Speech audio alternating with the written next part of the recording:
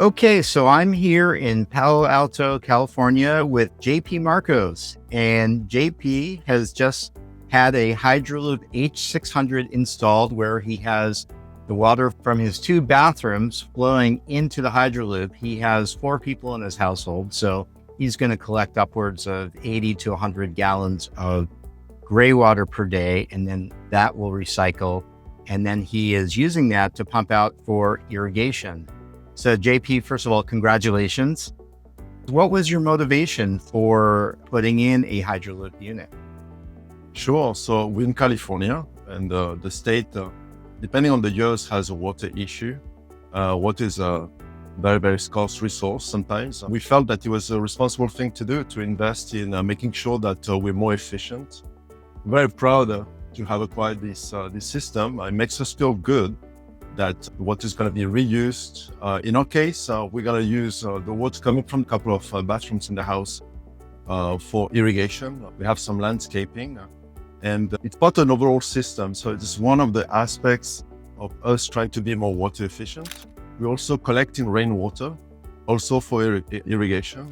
But this is a great system that will make sure that we contribute to the overall water management for the states.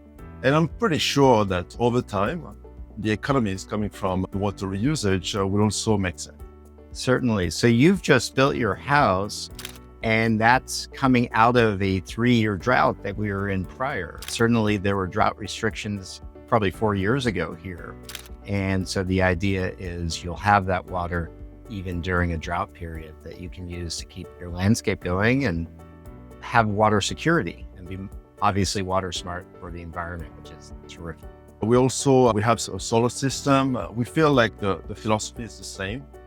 It's an investment, obviously. Over the long run, it makes a lot of sense. But for the collective good, we're very, very proud to just help the state manage water a little bit better. Yeah, that's terrific. It'd be great if everyone did this. We could make water go a lot further. Well, eventually those systems will be more widespread. They'll be also more economical for families, just like they are in Europe. I'm pretty sure that more and more people, especially in our network, we've been spreading the word about Hydraloop quite a bit. So we're hoping that there's going to be more adoptions. Yeah, you mentioned in Europe that there are more systems and more economies in place. Can you share a little bit about what you've seen that they're doing that we should be considering? So I'm originally from Spain. My family is a farming family going back several generations, and we've always had our own water collection. We're from the south of Spain, a region called Andalusia, where water has also been an issue for many, many years. And so a lot of farmers collect rainwater. They have just tanks that they bury in the ground, and then they use it for irrigation when they need it.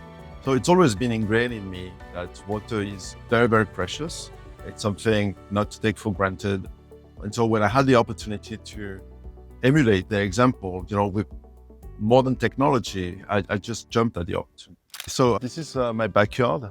And as you can see, it's landscaped with mostly California native plants. So they're very water resilient, but the water cannot be zero, right? So the Hydraloop system is primarily used to irrigate this part of the garden.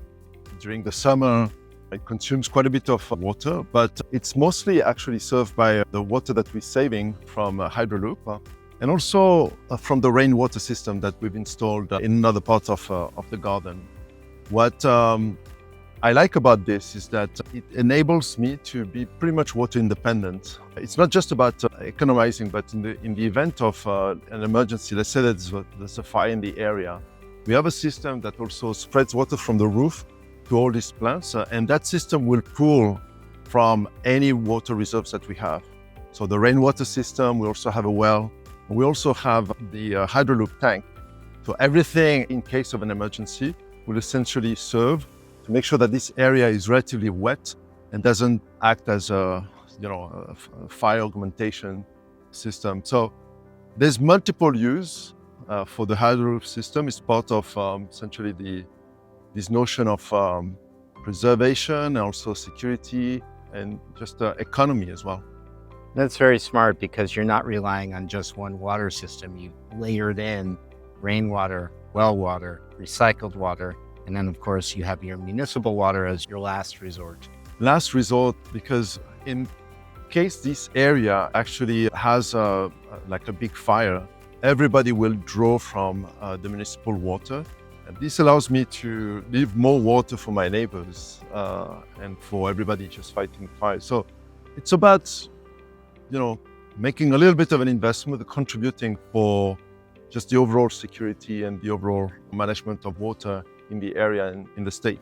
That's wonderful. Forward thinking for your neighbors and your community. Yes, lovely. That's the intention.